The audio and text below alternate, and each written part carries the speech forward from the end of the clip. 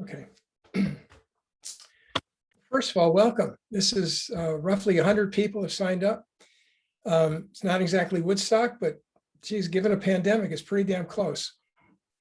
This is really an amazing thing. This is the seventh time that Straw Dog Writers Guild and Forbes Library has gotten together. Special shout out to Molly Moss for up in the corner there for putting this together, being our tech maven.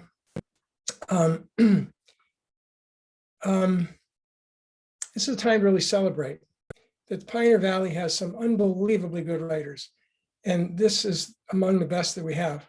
The 12 people who are reading tonight all published something, a book of some sort in the last year. And getting a book published in this last year is hell. And for that, hooray, hooray, hooray. Some have published their first book and some have published their 78th book, as I remember. But it's quite an arc of great accomplishment. We're going to have like a little question and answer conversation. When this is over, I'm going to hand it off to Becky Jones and she'll take care of that at the end. But if you have some things to say in the chat, make it short, address it to the person who just did the reading that you're commenting on, and so we don't overload the system. Let's see. First of all, let me tell you who's reading tonight.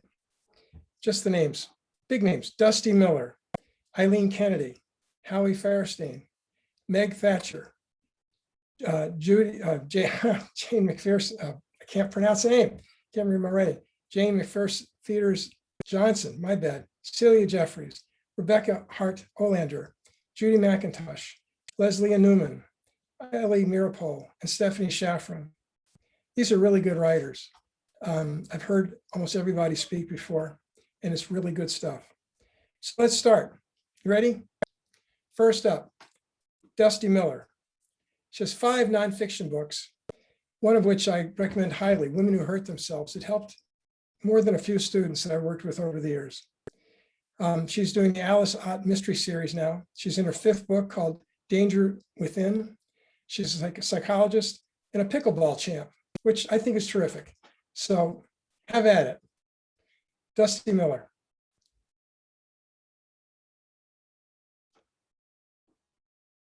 You have to unmute. Trying. Okay. There you go. Okay. Sorry. Yeah, I'm not a pickleball champ by a long shot. But anyhow, I do teach it. I was not going to write another Alice Ott book, but when Frances Crowe died, she was 100. She'd been a major inspiration for the Alice Ott character. And I thought, well, I think it's time for Alice Ott to depart. And then as COVID hit and then continued, I missed Frances and I missed Alice Ott. So I went ahead and did this 5th book. And in this book, Alice and her crew are at first dealing with COVID up here in New England. It's been, all the other books have been set right here in Western Mass and Vermont. Anyhow, the scene I'm going to read from is the turning point before she and her closest collaborators, co-conspirators, head for Florida, where they're going to take on corruption in a large healthcare system. And I'm glad to see a bunch of my friends from Florida here. That's very cool. So, Alice was still awake. She headed upstairs to Felicia's meditation room. "I have to talk to you," she said. Felicia looked at her in disbelief while holding the complicated yoga pose Alice had interrupted when she flung open the door. "This is a first," Felicia said. "It must be important since you're bursting in here in the middle of my yoga practice. Another thing you never ever do. What on earth is going on?" Alice suddenly felt hesitant. But if she didn't explain herself right this minute, she wasn't sure she could hold on to her resolve. It was like going into cold water. You had to just push yourself on in, even when the first minute or two made you think it was just too cold for swimming. She had spent her whole life going ahead and pushing on into the hard things. "I have to tell you some things you're not going to want to hear," she said, "and I absolutely need for you to listen to me with an open mind." "You and Gerard don't like my cooking," Felicia said, looking sorrowful. I'm just trying to do my part to keep us all healthy. If it were not for the threat of COVID looming over us, I'd just wallow in the blissful pools of butterfat that Gerard's pastries and soufflés offer. But Alice, all the fresh produce provides a balance. Surely you know that. Oh, no, that's not what I came here to talk about, Alice reassured her. Gerard and I love what you bring to our meals. We are grateful. She looked around Felicia's meditation room to see if there was anything above knee level where she could sit down.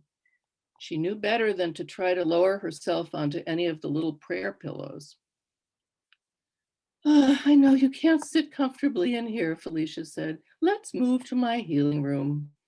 I will stretch out my spine while you tell me what has you so agitated.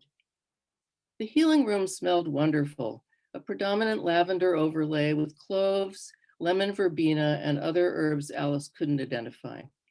She settled herself in the rocking chair, and Felicia lay prone on her massage table, her hands folded over her belly, a small smile welcoming Alice's presence. I need to make some big changes, Alice told Felicia after pausing for a minute to gather her thoughts. I need to be doing something more active.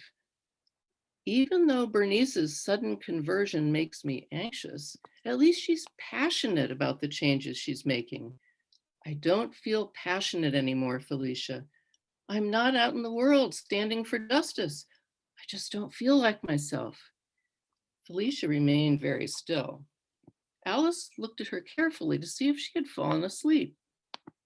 I'm listening, Felicia told her. I'm just keeping my eyes closed. This will seem like a dream. You're making me anxious. I know how you sound when you're seized by some new idea. Nothing will stop you. Felicia hummed softly to herself as she began to tap various energy points on her face, her arms, and under her armpits. Alice sighed. I'm sorry, she said. I should wait until morning to have this conversation with you. I'm not the one who's tired, Felicia said pointedly.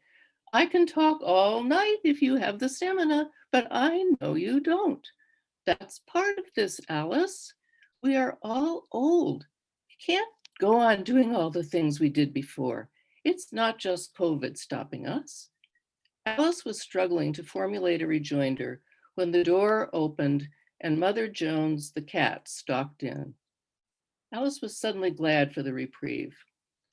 Mother Jones seems determined to enforce her rigid bedtime schedule. She said, I'll take her down to the bedroom with me. We can talk more in the morning. Felicia stopped tapping and gracefully ascended from her massage table. You might want to ask the dream goddess for guidance during your sleep tonight, she said cheerfully. Gerard was deep asleep in their bed. Alice crawled under the covers, gratefully snuggling up to Gerard as she fell asleep. Mother Jones jumped onto the bed. She purred as she heard the human snores begin. She had accomplished her mission and all was well. Thank you. Love Felicia. I feel like I know her. Thank you. That was wonderful. Okay. Eileen Kennedy is up next. She's the author of 2 collections of poetry. And the second one, published this past year, Touch My Head Softly, is her latest. And it has something to do with an issue that is kind of close to my heart about early onset Alzheimer's. My brother-in-law, I think about that a lot. So thank you. Eileen. Thank you. So I wanted to thank Straw Dog and the Forbes and the other amazing writers who are reading with me tonight. And you all out there, the audience, for listening. Thank you. So Touch My Head Softly was published by Finishing Line earlier this year. And as my introduction said, it's about my partner who died of Alzheimer's. So this is an early poem from the collection, and it's the poem that the title comes from. It's called Getting Through the Night. What is it about you that feels like home? If I say listen to that, you will already have heard. We are able to finish each other's sentences. The stories we tell, true or false, define who we are. They played our existence like a braid, a blaze of meaning in every strand. Feel me with your hands until words are not needed. Place the mantle of possibility around my shoulders. Touch my head softly till this long night is over.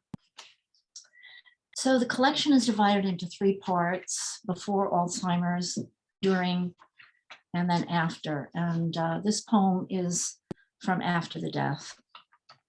It's called 6 Months Later. These are the things I wanted to tell you. The day of your cremation, the seagull swooped down and ate the berries you planted by the salt bush. I went to your memorial service. Your colleagues said you were the most accomplished mathematician they knew. Your students called you a patient teacher. Your friends talked about the fundraiser you made for the Dominican plane crash survivors. At first, in my anger, I wanted to shoot the seagulls, but I didn't have a gun. After you died, I stopped writing poetry. But I'm starting again, maybe now. Our years together swept by in a morning, each morning a year. The weeds in your garden keep growing. The bay is frozen on the edges, with the ice almost gone. On warm days, I remember the way we made love in the afternoon, your hair struggling out of its ponytail. I dreamt you were 90 and sleeping beside me, your strong features still recognizable. I finally stopped calling your phone. Some Tithonia bloomed, but lodged on the ground after frost. My grief, with its own language, repeats as easy as the breeze passing through the curtain. Your snowdrops came up outside the front door. The seagulls returned to your yard and ate the buds before the berries grew. And my last poem is going to be a little more upbeat from a collection I'm putting together, and it's about a place where I spend a lot of winters, Costa Rica. It's called Homecoming. If you arrive at my casita before me, wake Tito by the portón to let you in. Draw the curtains and open the windows. Turn on the overhead fan, or maybe just walk around and look out the front door where the mountains have that impressionist light and the butterflies lunge over red ginger. Sit in the leather rocker and creak back and forth on the porch. You may get confused. Your body loses substance and melts like butter in the heat. This is normal. Just rest and slow down. I will come in the serenity of day when the toucans fly. When you're sure I'm on my way, go out and pick bananas and oranges and coconuts. The best ones are down the hill to the left before you get to the stream. Thank you. Oh, the first one knocked me out. Thank you. Took me right back to a time. Anyway, enough of that. Lovely. Appreciate it. Howie Firestein. His latest collection is called Out of Order. I keep thinking of Al Pacino in the movie, Out of Order, You're Out of Order. The whole thing is out of order. He's one of my favorite readers when we do Writers' Night Out. His poems resonate with his voice. His voice are his poems. So Howie, you're up. Okay, thank you, Rick. Thank you, Straw Dogs and Forbes Library and everyone who's joining us tonight. So I'm going to read the final 3 poems from Out of Order. First one is called Monarch. Anchored to a spent daisy in the forge of continuous summer, an orange and black speckled butterfly had spun her silk pad, had shed caterpillar skin, had burst capsuled chrysalis, and I named her Whitman and water and wind. Her forelegs, vestigial, held close to her body, and I named her fish and sparrow. And when she lifted with a sound of light rain, she flew beyond milkweed stalks, above a caution sign and grooved pavement, unbent, unbridled, and I named her Otter and Fire. And when she rose among asters and comets, luminous, when she stroked through cloudless blue, unclosed, unbidden, I named her Unmechanical. Now I call her Mist and Dawn. I looked, knowing her gone, a pool of blue shade in her place. Next poem is for my daughter, who's going to be 47 in a couple of days. This one is called Brando, her godfather. Conceived on the night we saw our last tango in Paris, she's always been my child, that much I'm sure of. I was so much larger then, could hold her fullness against my chest, lying there in the sunken living room. My legs pulled up, sweet Jack in the Box, perched on my knees, a pyramid, a slide, and when I splayed them open, she tumbled down. I was roller coaster, rocking chair, slingshot, catapult. She was counterweight, payload, cannonball, curled tongue snaking out her mouth, resting on lower lip. Joyous she was, over and over, hilarious, again, again. Love was that easy. And the final poem, that's the final poem in Out of Order. It's a bit longer. It's called Let This Knuckle of Raisin Challah Last. Let hectoring crows quarrel over the slow-footed possum dead in the road, and let the cat's heartbeat supplant the tick-tock of this hour. Let storm door replace screen and white light replace yellow, for the warm season moths are now dead. And let there be patience and wood enough as November begins its bleed through the crevices of this house. Let dove's vulnerability triumph as Merlin thrusts through sudden dusk. Let no disturbance hinder ground bees tunneling the tattered garden. Let sparrows follow swifts and a moaning tenor ruffle the hog farm's cornfield. Let this pot-bound clivia match the growth of summer pokeweed, and let the suck and sell of threadbare tyrants dissolve. Let all contradictions be made public, and all talk of God emanate from those unaffiliated rather than crypto-fascist hypocrites. Let the treaties be finally honored and the American Klansman return to his cave. Let strangler fig and corkscrewing creeper be uprooted. Let my grandmother close her eyes, even as Cossacks force them open while they slaughter her daughter, then husband. Let yellowing of Rose of Sharon and samba of twisting leaves signal regeneration, then redemption. Allow this miasma to finally lift before a perfect moon flees to another sun. Let there be a commingling of language, and let the whole in all its movable parts spin on the autumn carousel, a whirl on town common. Thank you.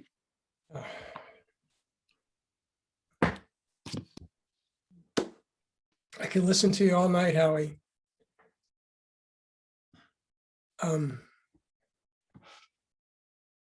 The last one was so brutal and the second was so loving. You got it all. Thank you. I loved it. Kathryn Holtzman is a short fiction, has a short fiction collection called The Flatlanders, and her first novel, Real Estate, came out in the fall of 2020, a year ago. So, Kathryn, you're up. Can you hear me okay? I can hear you. I don't see me yet. Let's wait till she's spotlighted. Okay.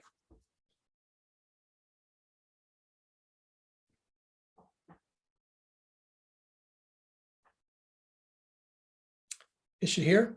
I'm here. Oh. but I'm not on the screen. It's because Howie's there. Yep. Howie? I'm There having, There we go. Yay, okay. Okay. So, Hi, I'm Kathryn Holzman, and I'm going to be reading from my novel, Real Estate, that came out in November of 2020. My debut novel, unfortunately, came out right in the middle of the epidemic, of the pandemic.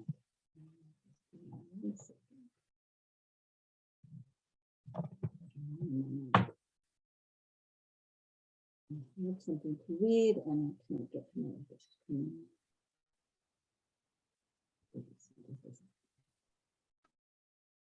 There we go.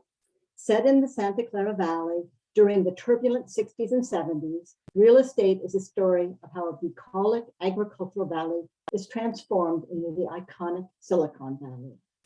As acres of apricot orchards are converted into suburban subdivisions, families flock to the area. Real Estate is a story of two of these families. Harriet Jackson, her Air Force pilot father's eyes and ears, finds herself living next to Bobby Hopkins, aspiring circus performer and math whiz. They share a side yard fence, but the worlds they live in differ radically.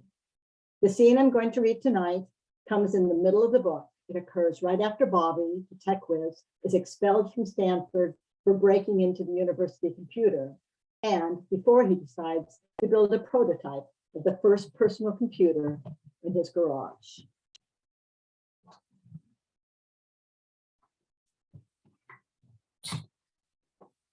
Don't go round tonight.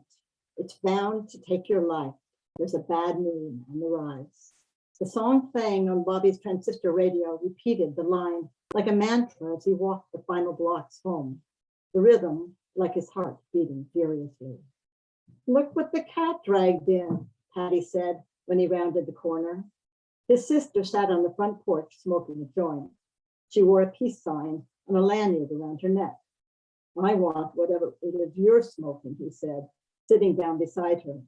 He turned down the radio as he held the pot smoke in his lung. God, it was hot.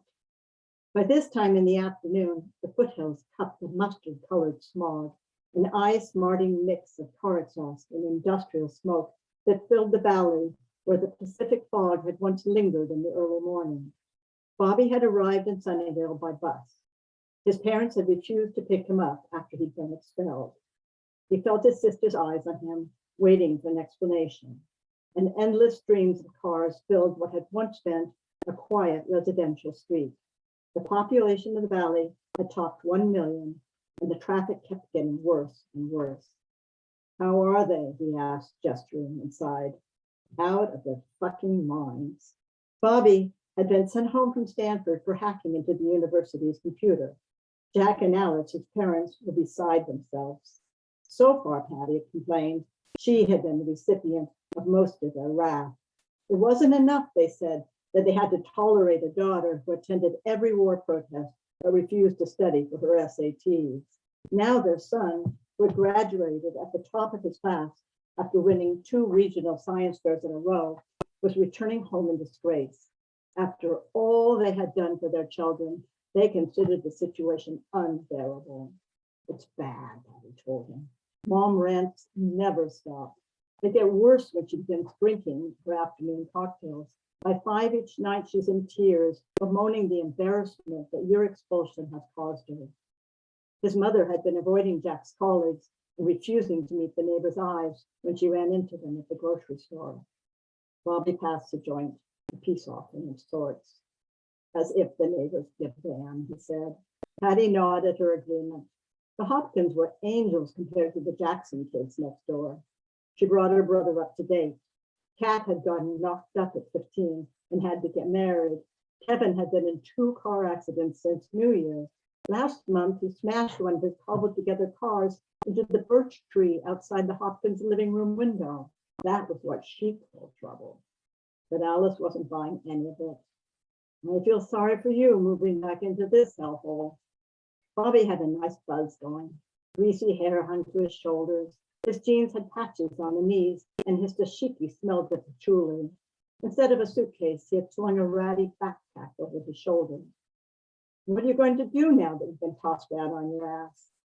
Zach thinks he can get me a job at Hewlett Packard on the assembly line, using tweezers and a microscope to place dye on the display boards of calculators. Dye? No, dye, D-I-E, the little pieces of semiconductor material that provide a calculator's functionality. Sounds like a blast. At least it'll get me out of the house and I can figure out what's next. Besides, there are some really smart guys working there now. Zach and I might even try to set up our own business. That'll be the day. You'd be surprised there's money in the air. Bobby exhaled expansively. The military and NASA used to get all the money for the development of electronic devices, but that's changing now. They're starting to call this valley Silicon Valley. Patty raised her eyebrows skeptically.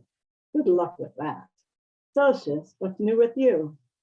Trying to stop the stinking war and elude the raging elders, Patty said, at least until I can blow the coop.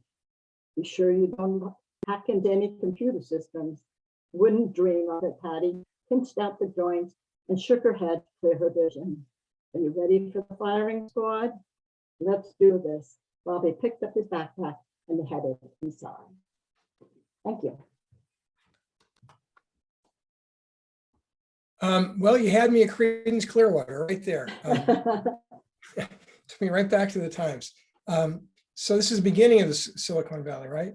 So Very right. Yeah. Good time to buy a house then. Yeah. Yes, it definitely was, which is why it's called real estate. Only time you could afford it. Yep. So thank you very much. Appreciate it. Thank you. Next is Meg Thatcher, who teaches astronomy at Smith College and physics and writing. In her spare time, a number of years ago, she was the Prime Minister of England, which hardly anybody knows about. She's really quite talented, apparently. And her latest book is Stargazing. It's her first book. So Meg, welcome. I always forget to unmute. So I'm the odd one out here. I write books for children, and so I'm going to have some illustrations because the illustrations in this book are completely amazing. They're by Hannah Bailey.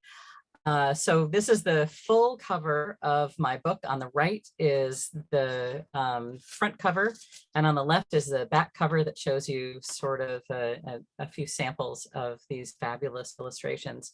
I am going to be reading from chapter 5, Stars and Constellations. And let me see, I need a little laser pointer here. There we go, so I can point at all the stars.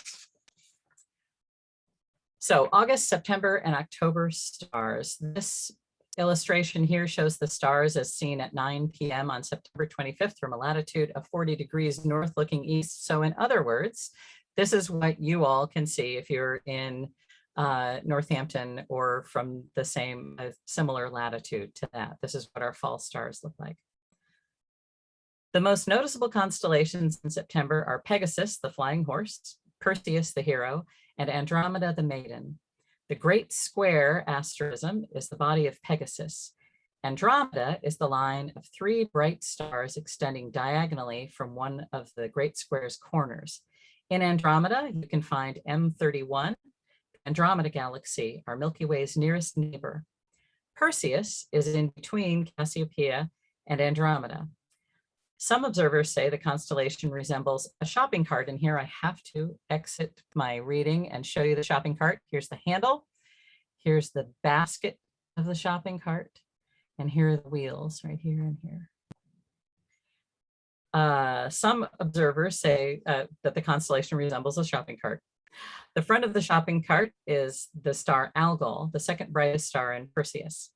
Algol has a faint companion star in orbit around it. Every 3 days or so, Algol gets 3 times fainter for about 10 hours when its light is blocked by the fainter star. It's a beautiful pair of star clusters halfway between Perseus and Cassiopeia that's easy to see with binoculars. You can even see them with your naked eye if you're at a very dark observing site. And advancing, there we go. This little guy here is named Star Dude. He had some comic relief. He appears every once in a while. And today Star Dude is saying clusters are groups of stars that were all born out of the same gas and dust cloud and are held together by gravity. So the next section, I'm going to talk about some of the legends that are associated with this group. I have that for every season. And this is going to include another little constellation called Cepheus that's in this same group. And that's where it is in that constellation. So here is a picture of the entire page, just so that you can see Hannah's gorgeous borders that she does. I borrow legends from several different cultures. This one is from Greece, a Greek star story. Cassiopeia and Cepheus were the king and queen of Ethiopia. Their daughter Andromeda was so beautiful that her mother couldn't help bragging about her. But when Cassiopeia claimed that Andromeda was more beautiful than the sea nymphs, there was trouble. Poseidon, god of the sea, sent a monster to terrorize Ethiopia's coast. Some say that Draco the dragon was the sea monster. Some say it was Cetus, the whale. The only way to save the country was to chain Andromeda to a rock and let the monster eat her. Luckily for Andromeda, Perseus just happened to be flying by on his way home from killing Medusa, whose eyes could turn anyone to stone. He showed Medusa's head to the monster and turned it to stone. Then he unchained Andromeda from the rock and married her. Pegasus, the flying horse, is also part of this group of constellations. Some legends say that Pegasus came to life when drops of Medusa's blood fell into the Mediterranean and mingled with the sea foam. Algol, Ras Al Ghul, or head of the ogre in Arabic, is said to be Medusa's head. And in addition to these legends, every once in a while, or at the end of every chapter, we have a closer look where you can see things. I tell you what you can see in binoculars. So we're going to talk about the double cluster here, how to find the double cluster. First, find Cassiopeia in the northern sky. It looks like two mountains next to each other, one big and one small. Find these two stars in Cassiopeia, Gamma Cassiopeiae, the center star of Cassiopeia, and Ruchba, the peak of the smaller mountain. A line drawn between these two stars points to Murphak, the brightest star in the constellation Perseus. Imagine a line between Gamma Cassiopeiae and Murphak. The double cluster is halfway between them along this line. And this is what the double cluster would look like through your binoculars.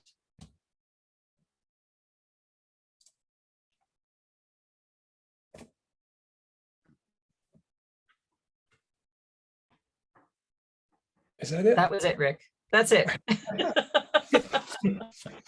You must be one hell of a teacher. That's just wonderful stuff. I wish I had had you as a teacher for that, but of course you weren't even born then. That was a wonderful, wonderful piece of work. What's the age, your age group? 9 to 14. 9 to 14. Okay. Where can we get the book? You can get it. Oh, did I not put that on there? I should have. I thought I provided a link. You can get it through bookstore.com or any of your online retailers, and including Amazon. But you don't have to do that. You can go to your local bookstore, and if you ask them to order it, maybe they'll become interested in carrying my book. There are signed copies down at Broadside in Northampton. Thank you, Meg, and I apologize for my lousy, stupid joke. Oh, that's fine. I get it all the time. So, well, then I wasn't the first. Okay, thank you. Jane McPhetres, I can't pronounce it. McPhetres Johnson. Is she here? Is that you? Hi.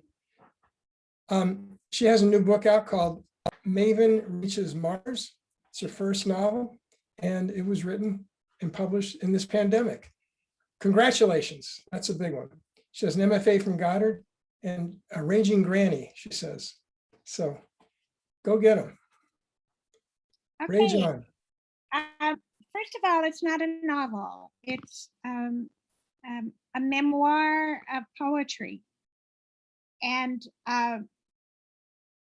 let's see. Starting with that, I have to back up a little. Here it is. Maven reaches Mars. It looks upside down and backwards to me, but it should say that. Home poems and space probes in 4 fascicles. The headline, the title, Maven Reaches Mars, was the headline on the front page of the New York Times on September 21st, 2014. And it was published right in the middle of the pandemic in October of 2020, which was also a little like landing on Mars. And the other thing I want to say about the cover, it's on top of one of the amazing illustrations, line drawings by a friend of mine in Portugal. But the word fascicles is taken from Emily Dickinson, who left 40 little booklets hand-stitched that she called her fascicles. I want to start in the first fascicle, which is early childhood. And this poem is one of the earliest memories of my mother and one of the shortest poems in the book, called Waking. Up early, she did the work she'd always done. I dreamed those sounds, but what woke me was the loving, slow, so quiet closing of my door.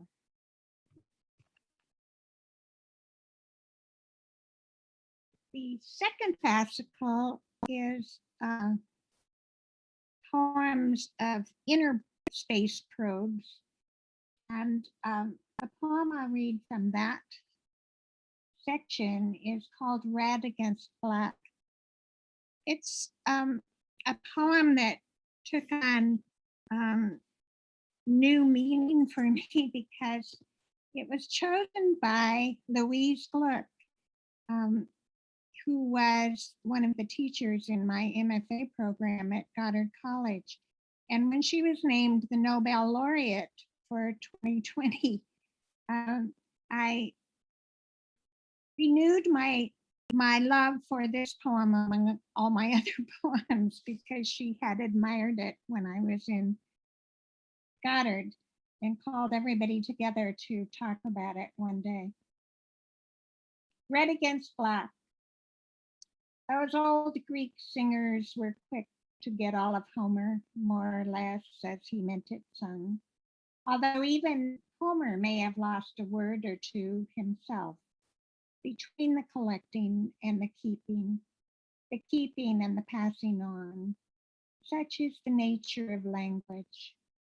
Catching a tune, a courtesan, a fine bowl passed from lip to lip, maybe chipped, maybe dented by the thirsty who lift it before it's set, and yet it holds nearly 3,000 years, that graceful figure in red against black, reaching for flowers, but passing too fast in his master's chariot, maybe winning the gold and green wreath, but greenery wilts. So what he's got is this unrewarded reach, the little space there on the wine bowl, the black between the fingers and the flowers.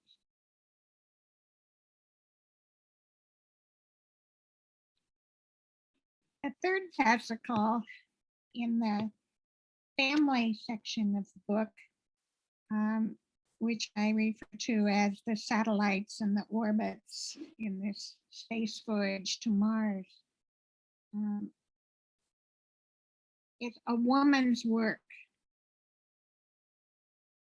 A little every day, safety pins and lemon seeds gather under cupboards. It's finding lost marbles, flattening out red dough, letting the pear rot in sunlight. One day, a little whistling guinea pig stiffens. Miller moths and box elder bugs buzz and sprinkle their skins around the light bulb. One morning, the milk bottle is empty and the bowl under the leak full. One day, it's done. And the last poem in the book is the point of the title, Maven Reaches Mars. The feeling that I had when I discovered that my own life was going to end at the same time that the entire world could experience a general extinction, and the horror of that that I've been living with ever since, as I move through my own life to think that I will not be going alone at the end.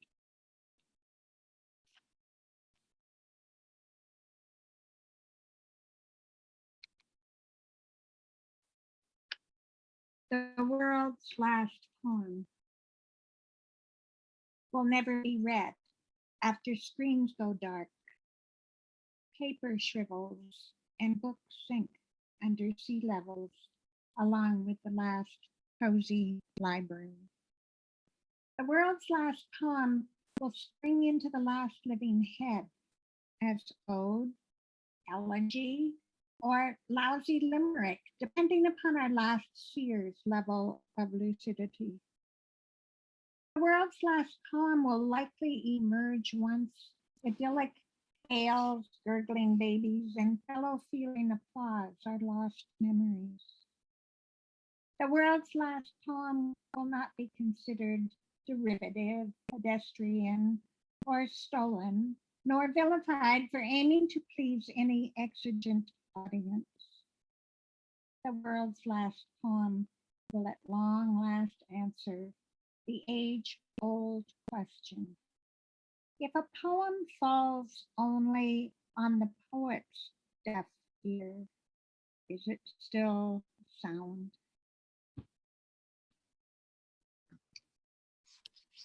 Thank you. I can't unmute myself. I lost one. There we go. Wonderful. I particularly love the last one. If there's no one to hear it, does it exist? Yeah, do we exist? Yeah, wonderful. Thank you. Celia Jeffries, a friend who I like a lot, has written stories for a bunch of literary magazines, including Westview, Solstice Literary, and Puerto del Sol. She has a wonderful, terrific, first-rate, 2 thumbs up, way up novel called Blue Desert. It's her first novel, and she's one of the founding persons of Straw Dogs Writers Guild. So hooray for that too. So Celia, knock 'em dead. Thank you, Rick. Yes, Blue Desert is my first novel. I'm holding it up because the cover is by John Singer Sargent, who managed to travel around Northern Africa at the same time period as my novel and make these sketches. So I was thrilled when my book designer, who's here in Florence, put this together. But Blue Desert is the story of Alice George, a headstrong young British woman who goes to Morocco with her family in 1910. In 1912, there is a car accident, and she finds herself rescued in the Sahara by the Tuareg tribe, who are nomadic warriors. And she spends 5 years with them before she returns to London. So the story goes back and forth in time, and it goes back and forth in point of view, with Alice going at an advanced age, going into her memories. So I'm just going to read the first opening pages, which begins, London, June 6, 1970. I wish for once the post would land upright in the box. Martin leans over to retrieve the day's missives. He's an exact man, neat to a fault. His pens and pencils line up on his desk, and papers are always sorted and piled like an oversized millefeuille. Anything for me, Alice calls. Everything for you, my love, Martin says. I don't want everything, she laughs. You may keep the bills. He smiles and walks over to hand her a heavy cream envelope. "Oh, Lord, spare us," she whispers, "an invitation to the Hobsons." Martin shakes his head. "June is fast upon us," he said. "Garden party, no doubt. Everyone is competing with Buckingham Palace." Alice begins to rip the edge of the envelope. She sees Martin purse his lips and tosses him a wide smile, then moves nimbly over to his desk and picks up his letter knife. She slips the ivory-handled spear under the flap of the envelope. She doesn't have to look up to know that his shoulders, which had seized a bit when she began to tear at the envelope, have now relaxed as she makes a clean slice through the vellum and pulls out the printed invitation. "Indeed," she says in her most impressive House of Commons voice, "the Harris Hobsons request the honor of our presence in the patch of lawn they have stuffed with roses and vicious dahlias." Martin laughs. "No doubt we are busy on that date." "No doubt," Alice says. She turns as Martin holds out a yellow envelope. "What is that?" "A telegram for you." Martin hands it to her, still smiling as she slips her lip fingers under the envelope's flap, pulls out the yellow page, and unfolds it. He watches as she goes completely still. He stood in the entrance to the tent, his back to the dry wind. He squeezed his eyes as he peered into the dark interior.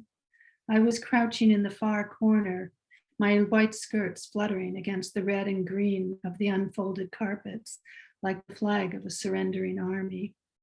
Although the tent had been standing for 24 hours, the air was still thick with the fragrance of juniper branches. From the entrance to my corner was only a few strides. I knew once his eyes adjusted to the light, he would see that the blankets and pouches had been strewn about, and a line of defense had been set up with the large seating pillows. Behind him, the tent flaps inhaled and exhaled slowly, like a tense beast. The man sat down in the shadows of the tent and stared at me. He was nothing but a pair of eyes, yards and yards of fabric and a pair of eyes. The longer he stared at me, the darker they became. He did not seem to blink, nor did he breathe. He was a heap of cloth with a pair of eyes above. Not a rustle. It was so still in the tent and warm. I dared not blink. He was too quiet. He was waiting for something. He was waiting for me. It was so warm in there. My feet ached. My body was heavy. We had been walking for so long before the driver met this man. I dared not blink. He was still staring. Now his eyes were black, black sparkles beneath the turban, black sparkles above the blue cloth. I dared not blink or move. I must be as still as he was. Hours seemed to pass. He got up and left the tent. I collapsed into sleep. "Alice, are you all right?" Martin is standing at the door staring at me. I lift my head and listen to the words leaving my mouth. "Yes, I am all right," I say, as he crosses the carpet towards me. "What is this?" he says, pointing to the telegram. "It is not for you," I say, and see the alarm in his eyes. "It is not for you," I repeat, and sit down, then fold the paper into my lap. "You have no color and your hands are trembling." He pulls out the chair beside me and lowers himself into it, then puts his warm hand over mine and softens his voice. "What is the news?" "Abu has died in the desert." "Who is Abu?" "My lover," I say, surprising him as much as me. Thank you. Wow. Okay. Where can you buy it? Let's go right for the jugular. Where can you get this? Oh. You can get it locally, Broadside and Odyssey, and everywhere. God, the dialogue was wonderful. The images were terrific. Can't wait. Way to go. Thank you very much. Yeah. Now, Rebecca Hart Olander, poetry has been in Jet Fuel Review, Massachusetts Review, and she's had a book published, poems last year, 2019, year and a half, 2 years ago, called Addressing the Wound, and most lately in 2021 coming up is Uncertain Acrobats. And she teaches at Westfield State, and she's in charge of and editor of Perugia Press. So welcome, Rebecca. Thank you so much, Rick. So I want to say what Jody said in the chat. What she said, this reading is just so rich, and I'm really happy to be here. Thank you to Forbes and Straw Dog and all of the readers reading before and after me, and especially to everyone listening in. It's really, really great to be here. So yeah, my first full-length book is out. It's just now available. I don't even have it yet myself to hold, but one can actually get it now. So it's been a long time coming, and it is similar to Eileen's structure. It's set in 3 parts. It is for and about my father, who died in 2012. And so the first part is really about his life and our relationship. And the second part is about his cancer. And the third part is my grieving and the aftermath of that. So I'm going to read 3 poems. The first one is Lilac Sundays. On weekends over the years, our family went to the annual flowering at the Arnold Arboretum, where panicles of blossoms in mid-May were at their height, bunches of corollas dripping from boughs in that sanctuary for trees. We'd spread our checked cloth and picnic in a cloud of sweetness and bees. That there could be an arboretum, that there could be that many different shades of purple. These outings showed me that, and the names for birds and their calls, as other days we'd walk Mount Auburn Cemetery with binoculars and quartered peanut butter and jellies. That a cemetery could be a place for life, that we could go pioneering through a yard of graves and see beauty in the markers, that we could scan branches for flickering feathers, follow a dash of red or blue across the sky to find where it landed, waiting there with eyes trained on the greenery until it flew again. We took out the battered Peterson and went looking through its pages for what revealed itself in the air. This taught me patience, look around, and to try to name what was singing there.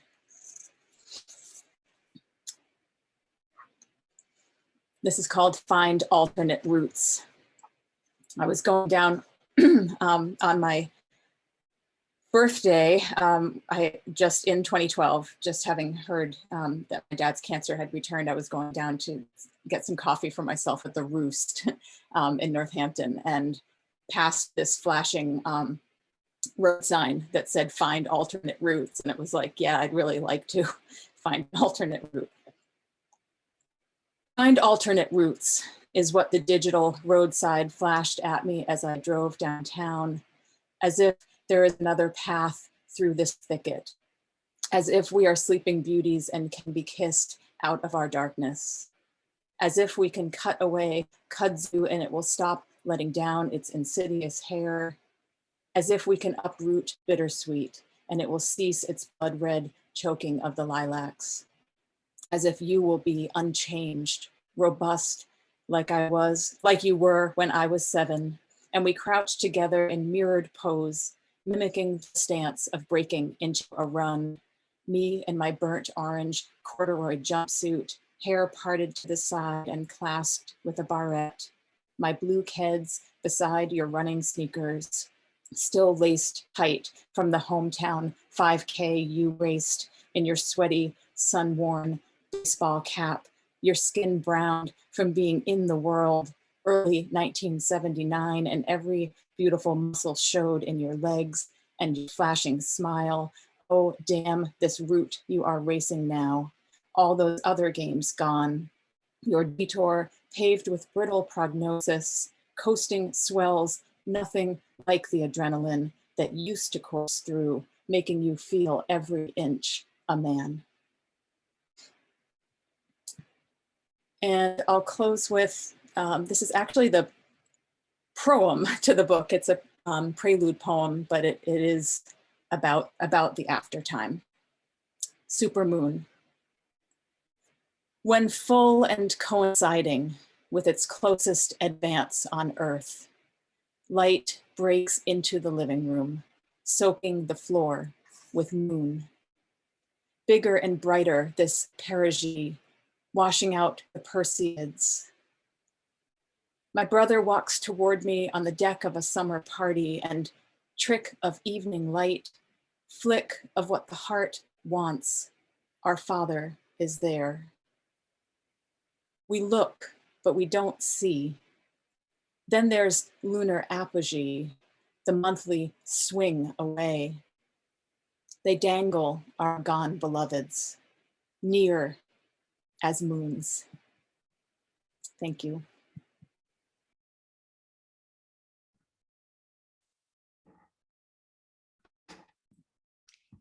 It's gorgeous, just gorgeous. Felt welling up. Feel like I know your father from having read that, at least a little bit. God, thank you. Thank you so much.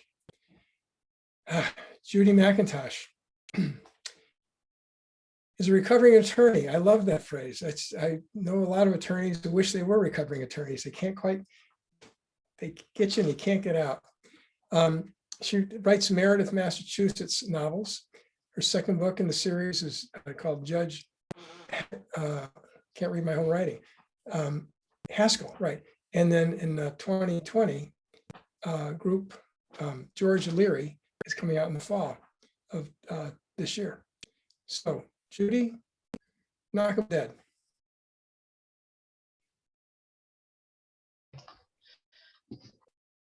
Actually, the book is called Judge Hartwell, but it was close. I have terrible writing. I'm left-handed. And I thank everyone for coming here tonight to listen to me and the other authors. This is a crime novel, and it was published in 2020. And I am going to start at the beginning.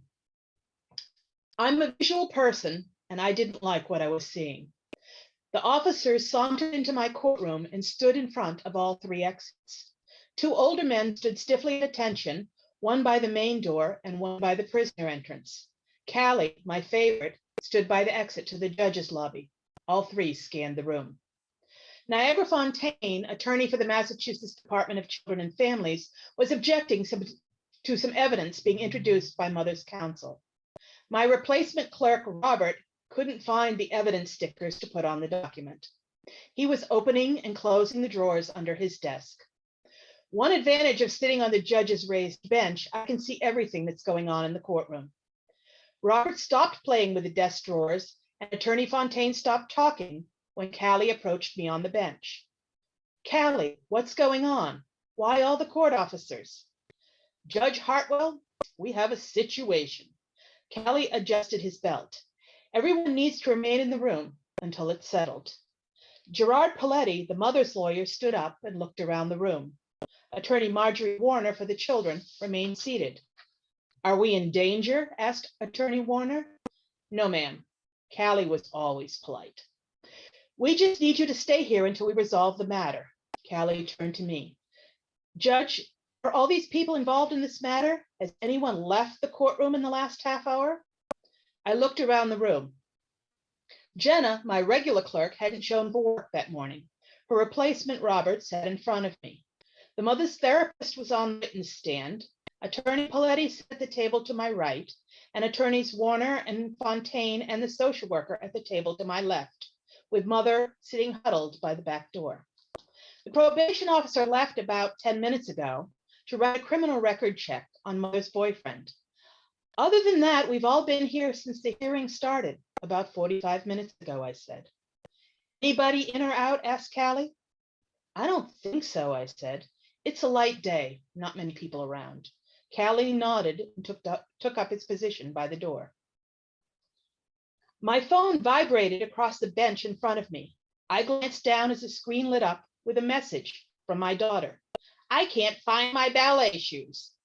I suppressed the urge to tell her I didn't have them with me in the courtroom. A video monitor connected to the courthouse surveillance system stood on the officer's desk. I got off the bench, walked to his workstation, and looked at the monitors.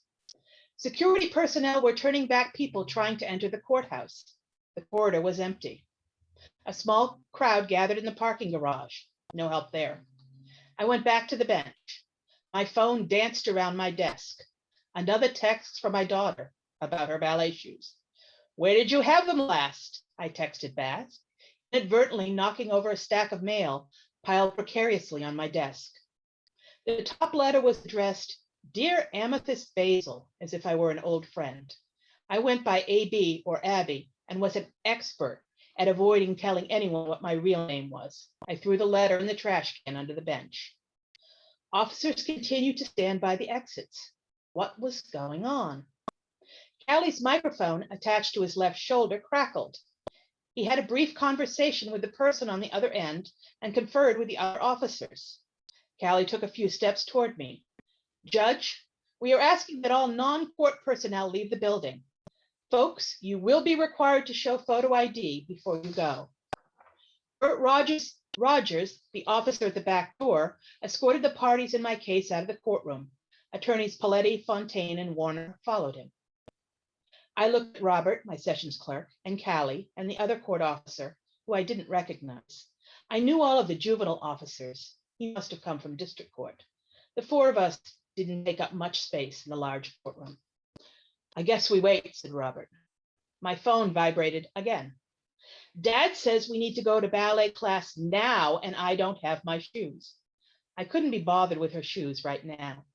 "If your dad's there, have him look for them." I responded and jabbed my finger to turn off the phone. Of course, now they'll both be mad at me. "Callie, what the hell is going on?" I drummed my fingers on the desk. Callie turned to face me. "Judge, we found a body in the parking garage under the courthouse."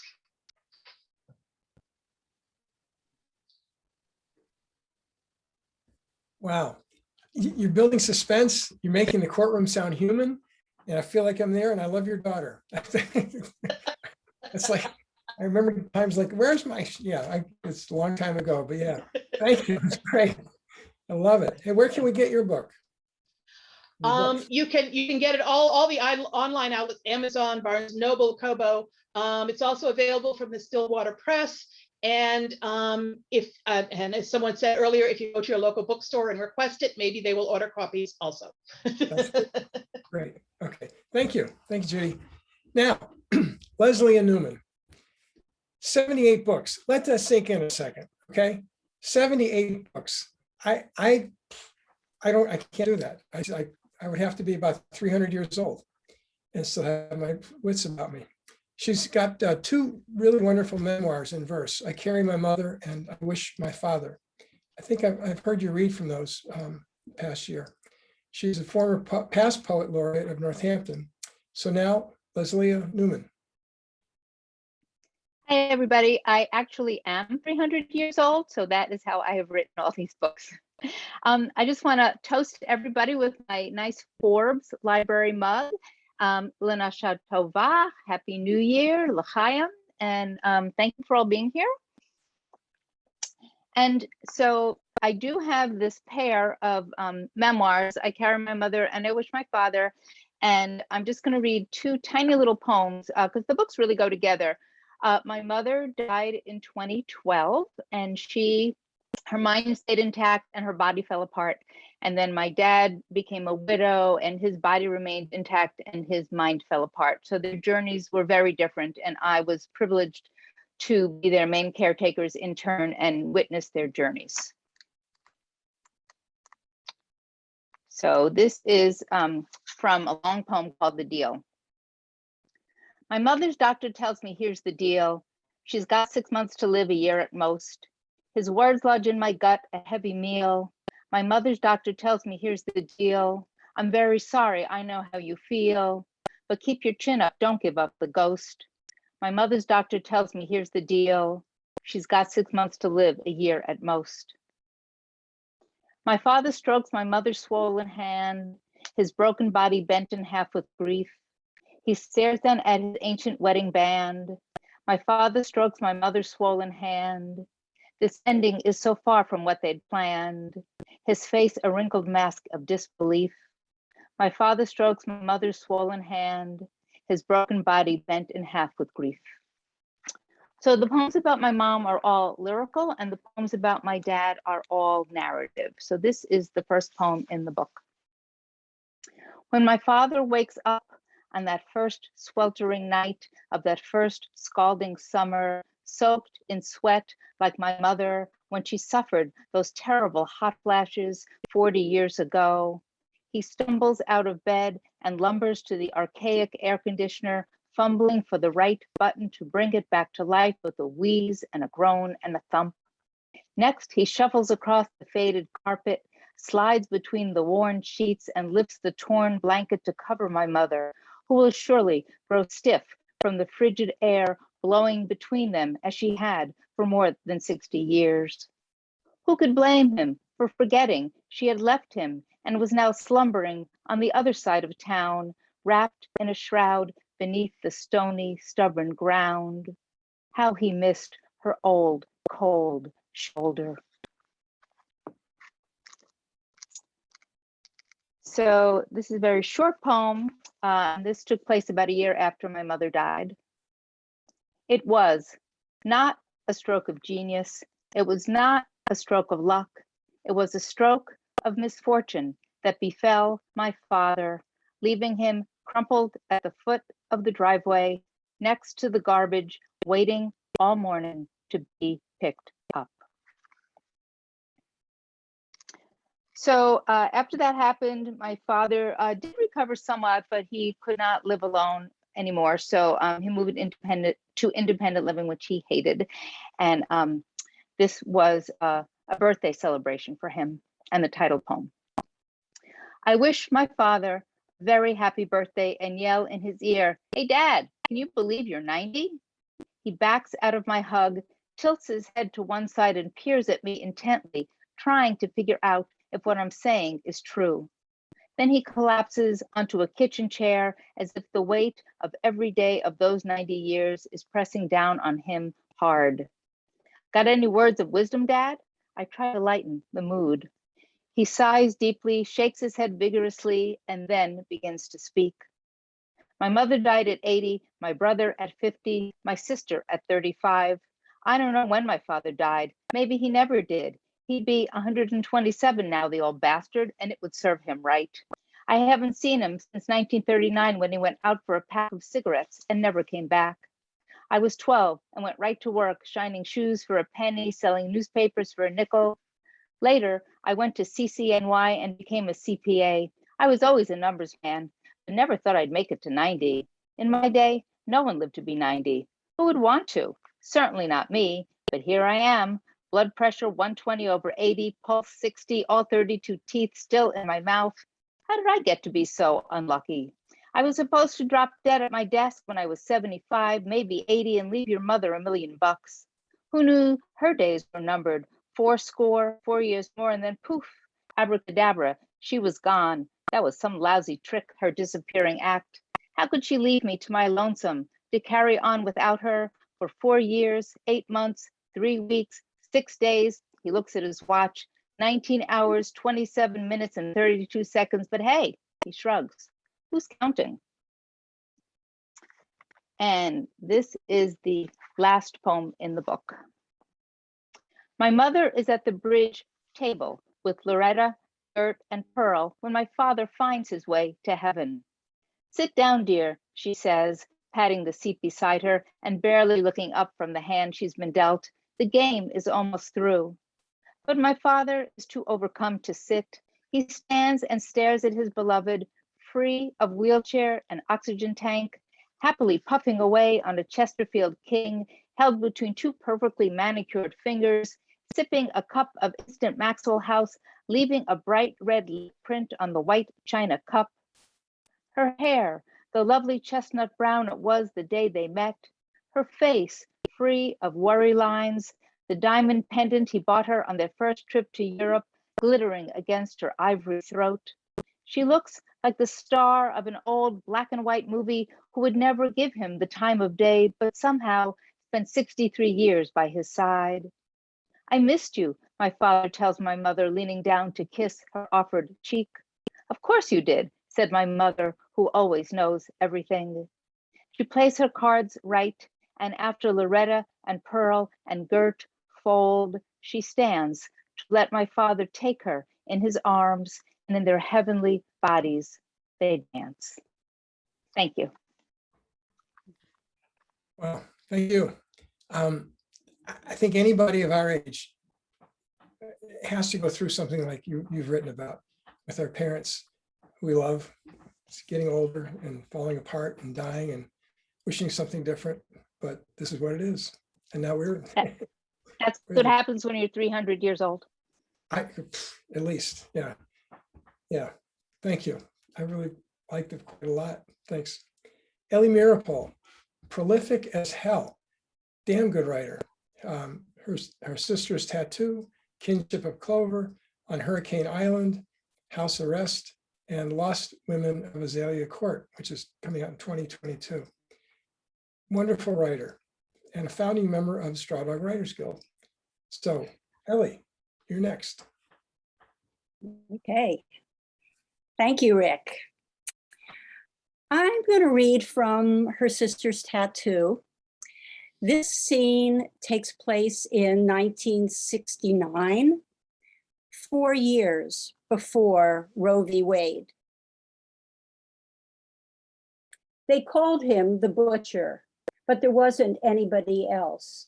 And they didn't know firsthand of anyone who'd actually died, just some nasty rumors, and you couldn't believe everything you heard, especially if you had no other choice. 2 health collective members always escorted their clients for the procedure. They told themselves they went together for security reasons, in case something went wrong, not because they were scared. This was the first time Esther made the trip without Rosa, and now she knew the truth. Deborah didn't speak on the drive, but when they pulled into the motel, she put her hand on Esther's arm. "Thank you," she said. She mouthed the words without sound. Walking across the gravel parking lot, Esther wondered who the butcher really was and whether he did this work for money or altruism. Rumor had it that he lost his license, something about a home birth that went very wrong. He opened the door on the first knock, stepped back to let them enter. Drawn Venetian blinds darkened the room. The desk had been pulled into the center of the space, with folded blankets and pillows arranged on top of shower curtains to catch the expected fluids.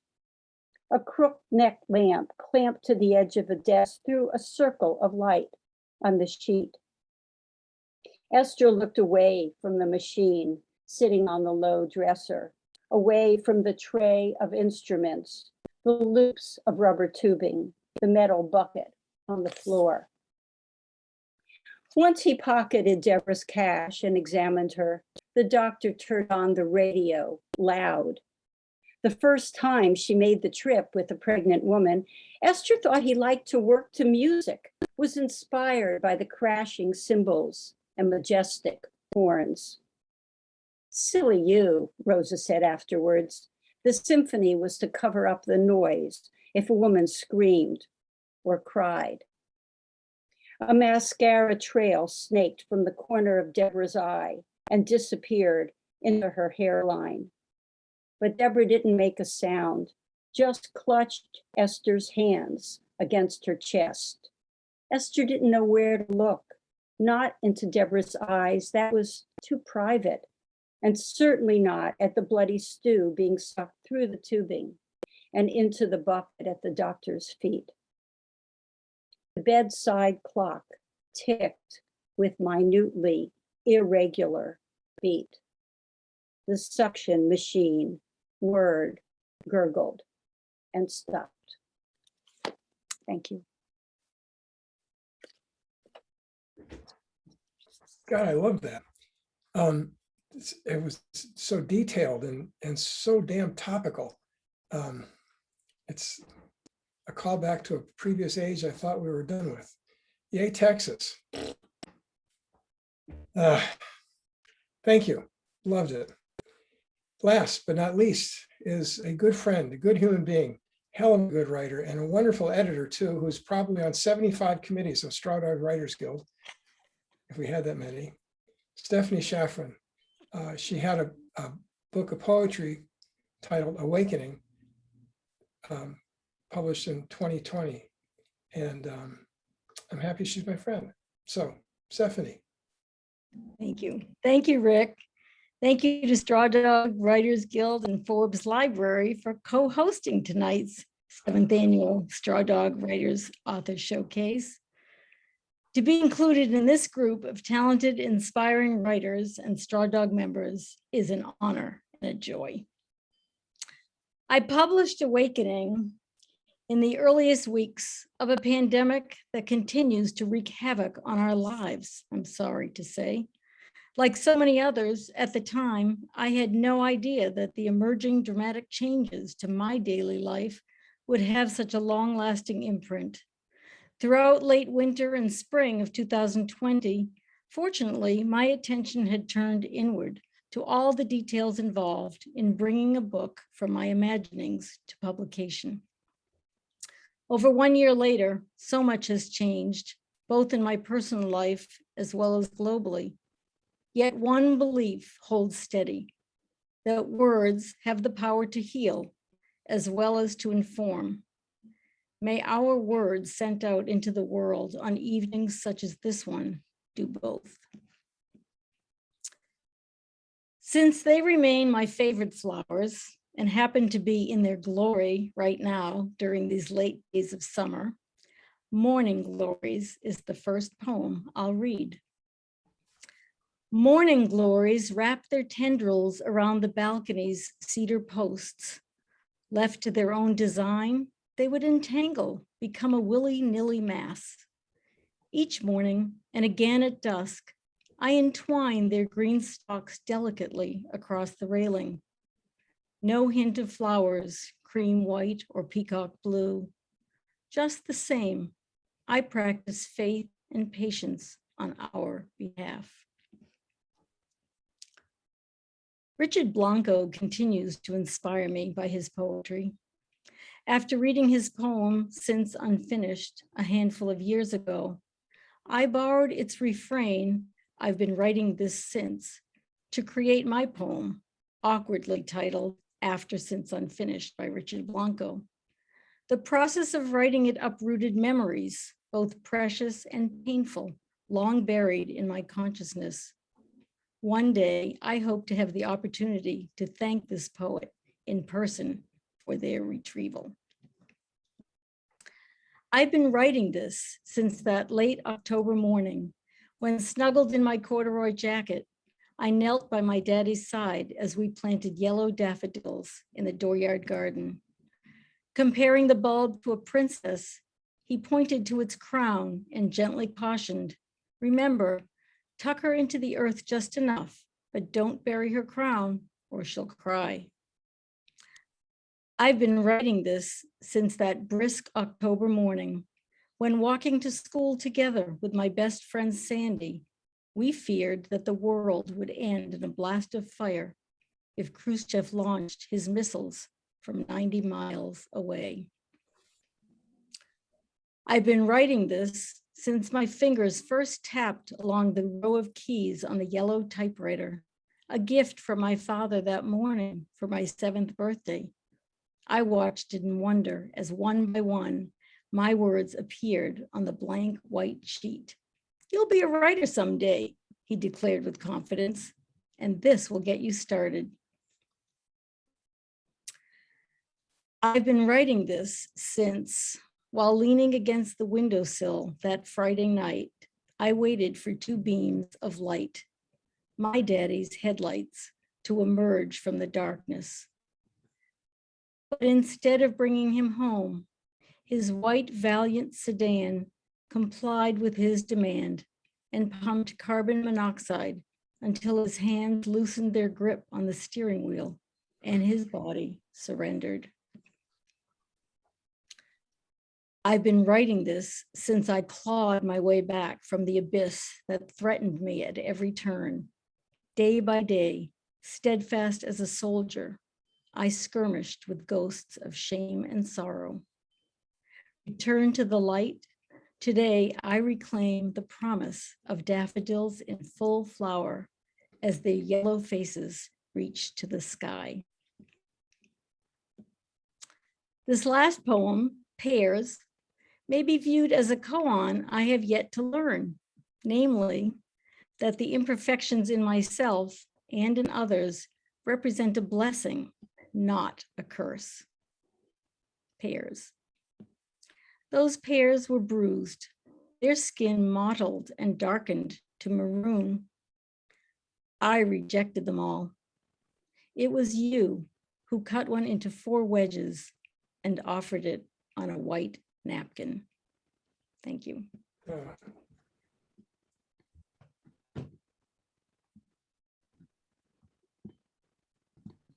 was beautiful. Your second poem was devastating and redemptive both. And thank you. Thanks. Thank all of you. Applause.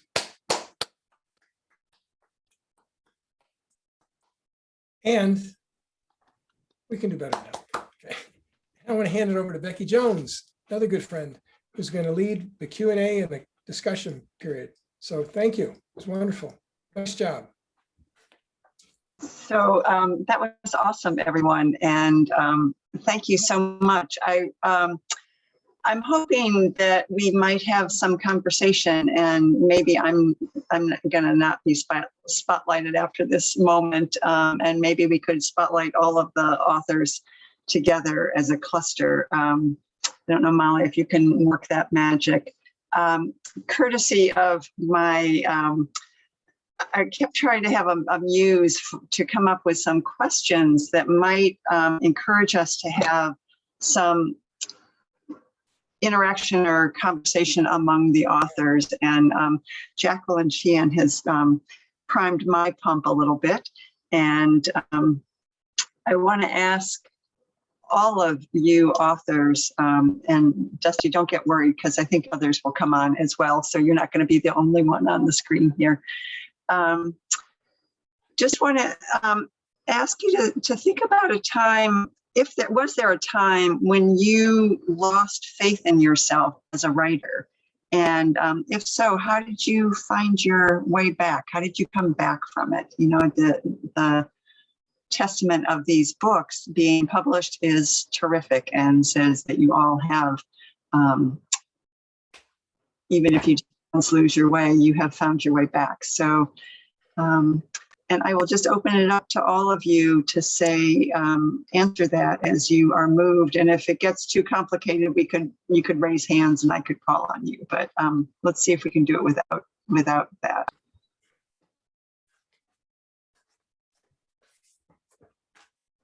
And maybe none of you has lost your way. Okay, Celia, go. I definitely lost my way a number of times. This book took, well, as they used to say in Hollywood, decades in the making. But I found my way back by people like Straw Dogs, by community, by writing with others. And we are our own worst editors. We can't hear what we've created. And other people would say, oh, and something I would toss away, and they would go, wait a minute. So I think we find our way, for me, in community of writers. Mm-hmm.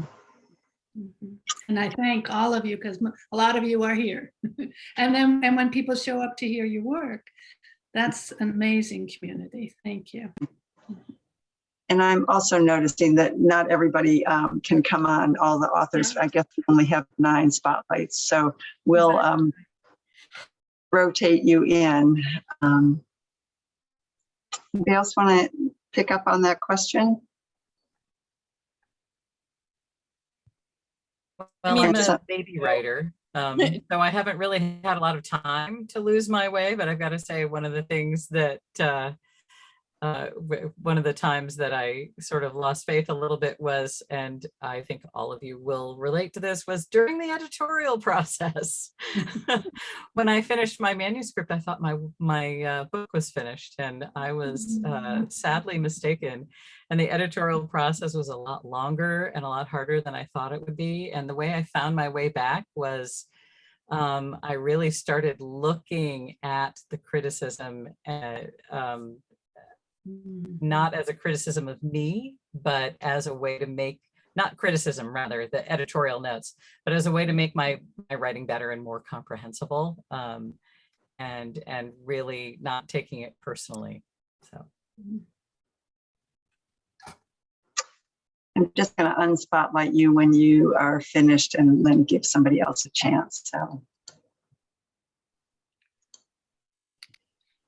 I think for me, when I wrote my nonfiction books, it was to be useful. I wasn't thinking of myself as a writer.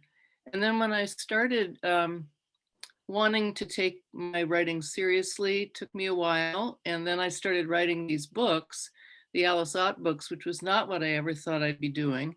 And I found that I think when I started to doubt that I wanted to keep writing was during the beginning part of COVID. And then I really did miss my characters. And I find that I write a lot of the time, because I now write fiction, I write to gather my characters around me. And I think it goes back to being an only child, that when I couldn't have access to other children, I made up stories. And so in some ways, I haven't faced, I don't know.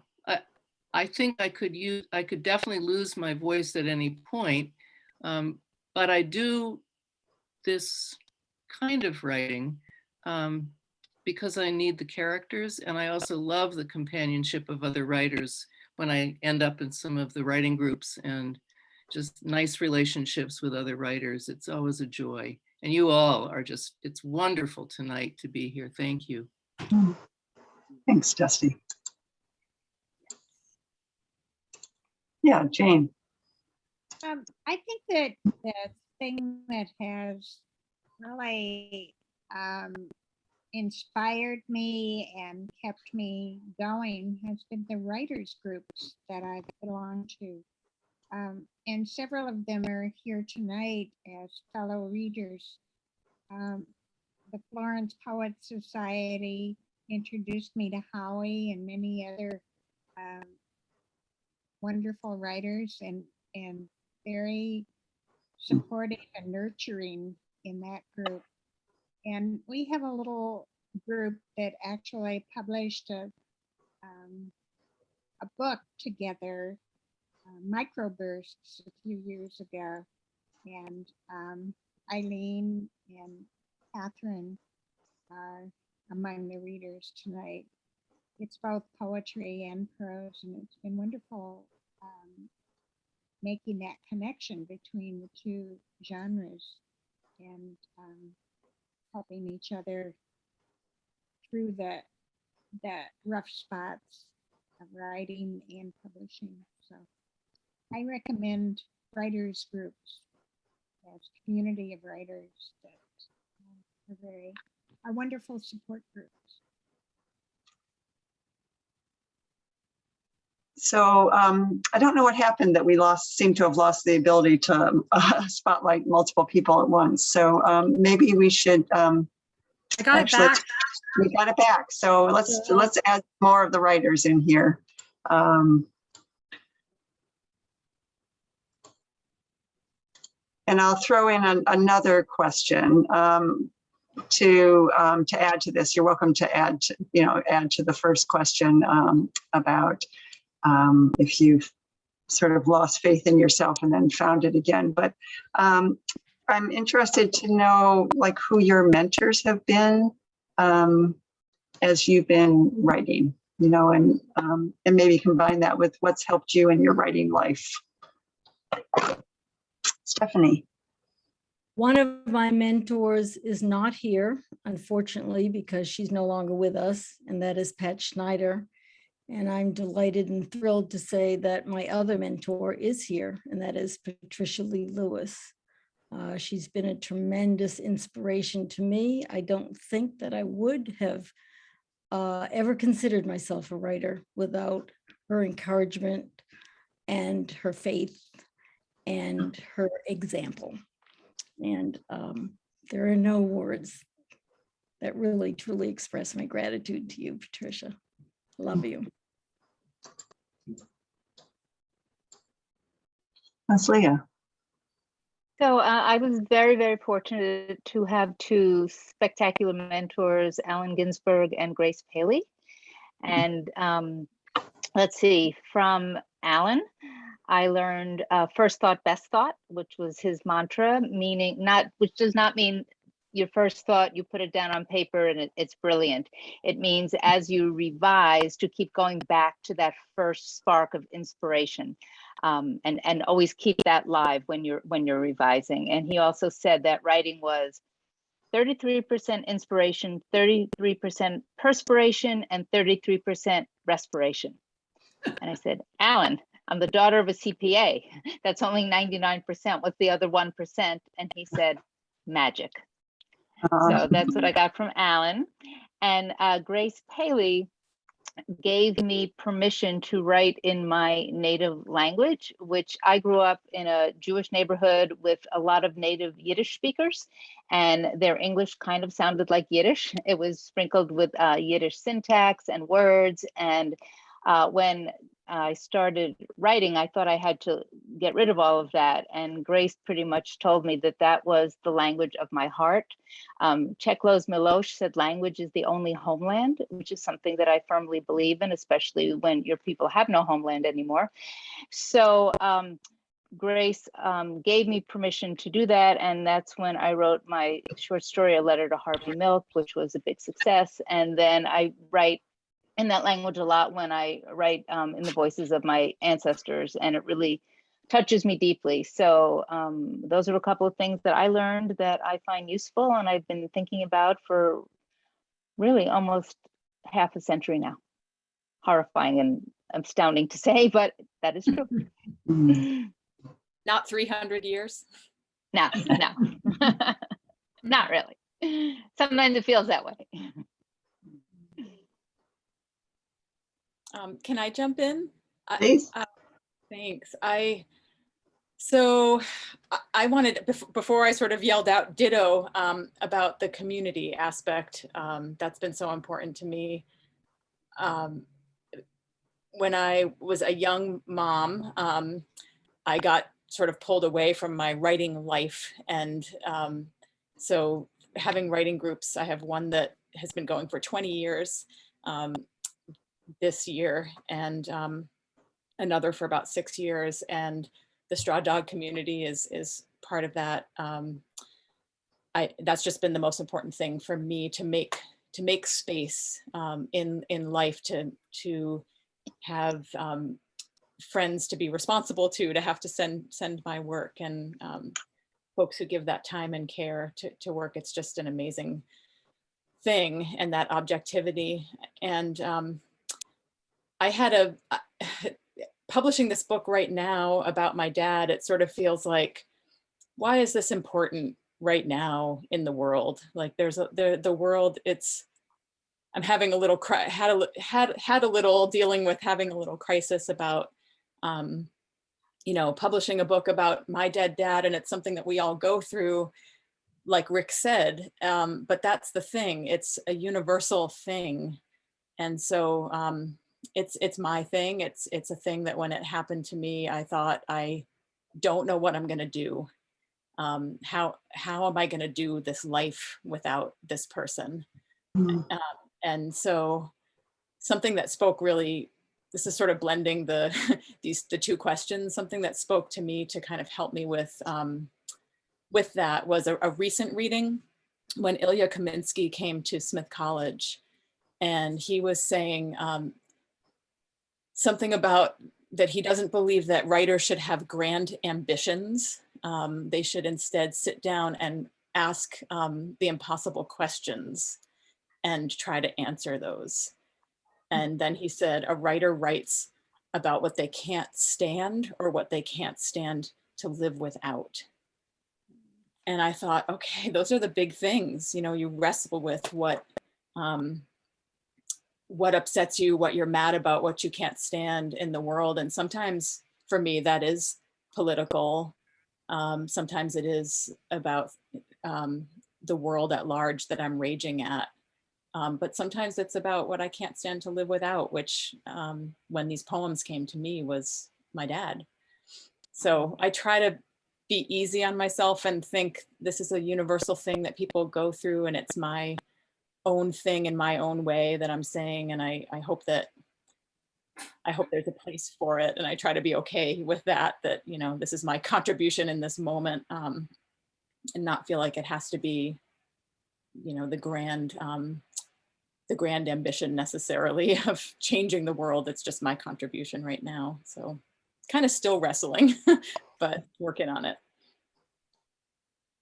Thank you, lovely. Oops. Sorry, I just, Ellie, go ahead.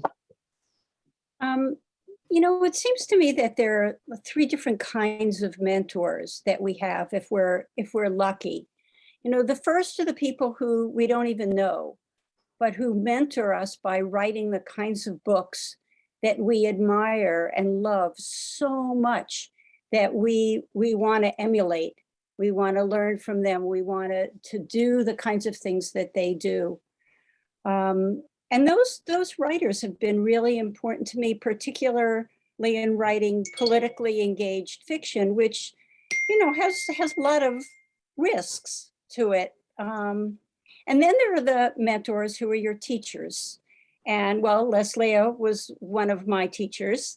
And, you know, so there are people who really spend the time helping you do the things you want to do, figuring out how to do that.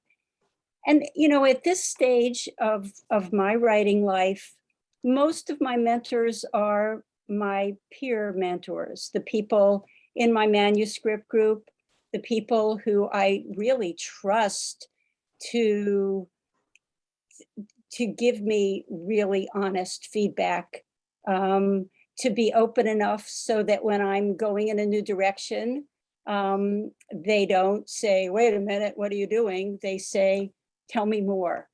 And I think that over our writing lives, if we're lucky, we have different kinds of mentors to walk with us.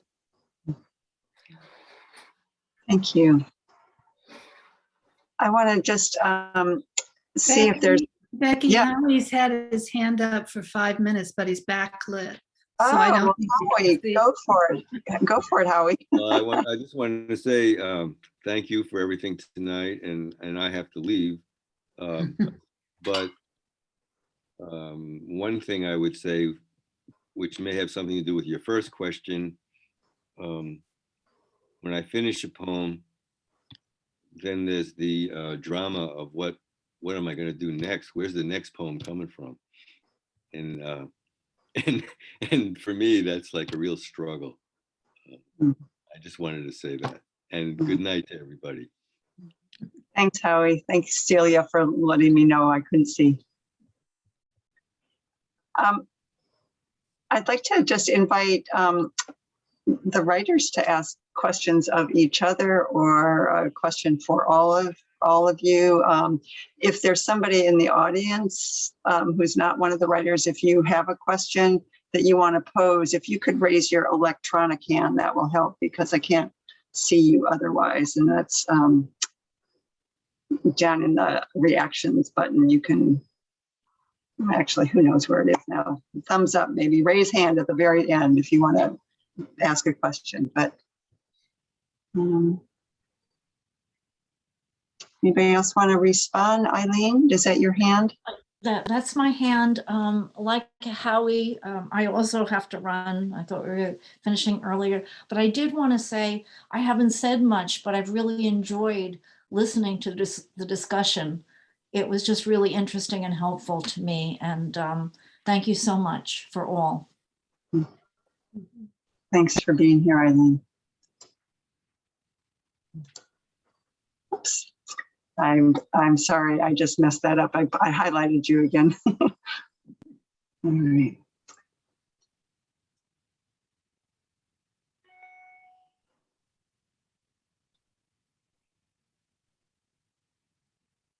Kathryn, you're muted and Not now. I just wanted to second Ellie's comment about ventures being all that I've read for a lifetime. I, like other people here, always wanted to be a writer, then had a life, and then realized I had to get back to being a writer. But what I did all those years was read and read and read. And all that literature out there, all those voices out there, that was what kept me going.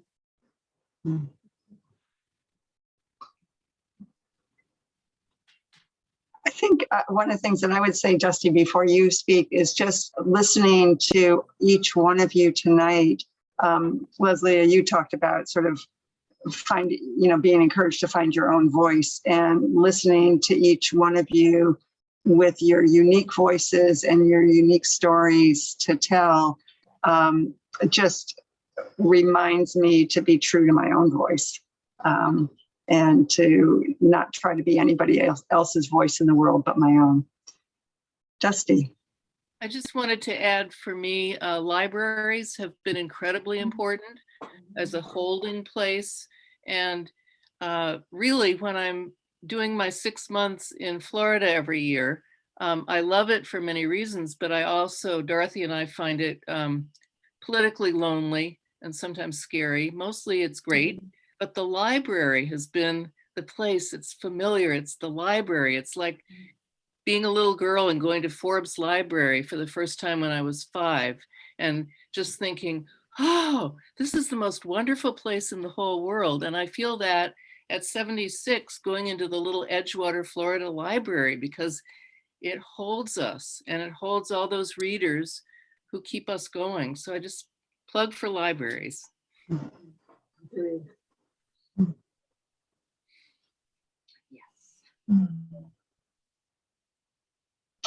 So any other comments or questions? You could just say thank you so much. I wanted to say one little thing to Stephanie, that the idea of your Richard Blanco retrieval, you said something that just stuck with me. There's so many things that stuck with me tonight, and I somehow couldn't do the chat thing and like be in the moment, and sometimes I can, but you said something like, I hope I get the chance to thank him someday for that retrieval. And just the sort of the unearthing or mining of that happened in that poem through somebody else's poem. I feel like that kind of speaks to a mentorship in some way there. I hope that happens for you too, but that was such a powerful piece. And so it's kind of like, I'm just sort of connecting that to what we're talking about, but also wishing into the universe that that happens for you. I'm sure it will. Thank you so much, Becky. It's funny that you should say that to me, because I'm sitting here thinking, the yellow typewriter, I still have it, but I didn't think about it, of course, for decades until I wrote that poem. And I realized in writing that poem that my father was my first, enthusiast, because he really did give me that typewriter, and he probably said something like that. Of course, I don't remember what he said, but why else would he give me the typewriter? And I just remember the thrill of seeing those words appear. So thank you for saying that. I mean, I was sitting here thinking it, So Mary, you have a question. I came to this. I am Dusty's sister-in-law, and I was looking forward to it. I got your thing that had the link, and I've spent the day forwarding it so it'd be at the top of my emails from 6:30 tonight. And I couldn't believe it when I looked up and it was suddenly 10 till 7, and I had missed Dusty's. And I frantically wrote Dorothy and said, help. And so I'm glad you're recording it. Perhaps I will yet get to hear Dusty. But I have stayed with this even though I missed Dusty, who was the whole reason I wasn't sure I'd listen. But your different voices and the quality, all the different personalities and stories that are coming through, I am really appreciating. You have chosen your words with care in all of these writings, and I'm very much enjoying still being a part of this. So thank you, one and all, for having it. And Dusty, I hope to hear it. I know I'll read your book at some point. So, Go ahead, Dusty. thank you. Okay, it's Dorothy this time, wanting to jump in. Thank you, Mary, for hanging in there. And I was eavesdropping on the questions at the end and about what helps you go on. And I want to take a moment. I'm not sure Cindy's still here, but she was up until a few minutes ago. Dusty has had the blessing of having an amazing editor and publicist helping her, and for brand new on this 5th book, but who is helping her get the word out and to carry her through some of the bumpy parts of getting published during COVID and getting her book and publicity out. So I just want to give a big, huge thank you to Cindy Casey and to others who, it looks like she's still here. I can't see your face right now, Cindy, but I'm glad you're still on. So, you know, it's a community that makes it happen. And I'm really, really grateful that Dusty jumped to be part of this community this time around. And thank you all. Like Mary, I thought I wasn't going to hang in the whole time, but I've been here. So thank you. Well, thank you everyone for hanging in this whole time, and what a great 7th author showcase.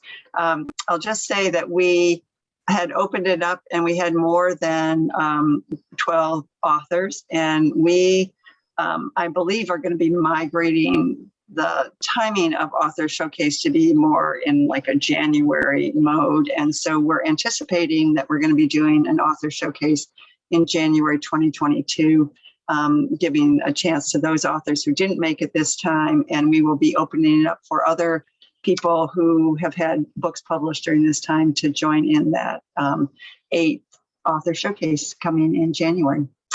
So thank you all. Really exciting evening, and thanks for this really rich conversation at the end. So, Thank you.